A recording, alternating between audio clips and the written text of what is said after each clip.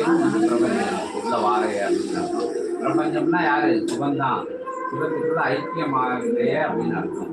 சிவை தன்மை என்னன்னா, சிவத்தோட தன்மை என்ன? அன்பு, கருணை, ஏற்றுக்கொள்ளும் விஷயம், மறத்தல், மன்னித்தல், அரவணைத்தல் அப்படிங்கிற விஷயம் தான் சிவத்தோட தன்மையா இருக்கு. அப்ப அந்த தன்மையோட நம்ம வளம் வரையலாம் சிவத்தோட சங்கமிக்க முடியும். ஒரு தண்ணீரை கலக்கணும்னா அதுக்கு அந்த அந்த தண்ணீரோட தன்மை இருந்தால் தான் அதில் கலக்க முடியும். கரையாத பொருளை போய் தண்ணியில போய் கரைக்க முடியாது.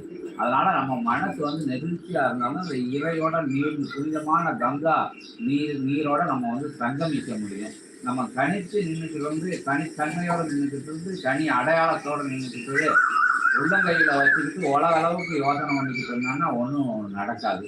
உலகத்தையே உள்ளங்கையில வச்சு பார்க்க தெரியணும். பிரபஞ்சத்தையே உள்ளங்கையில வச்சு பார்க்க தெரியணும். அப்போ வந்து இருக்கிற விஷயங்கள், பார்த்த விஷயங்கள், நடக்கிற விஷயங்கள், நடந்த விஷயங்கள் எல்லாமே இறை சூட்சமம் அப்படின்னு தெரிஞ்சுக்கணும். நம்மளால எதுவும் கிடையாது. கர்ப்பத்துல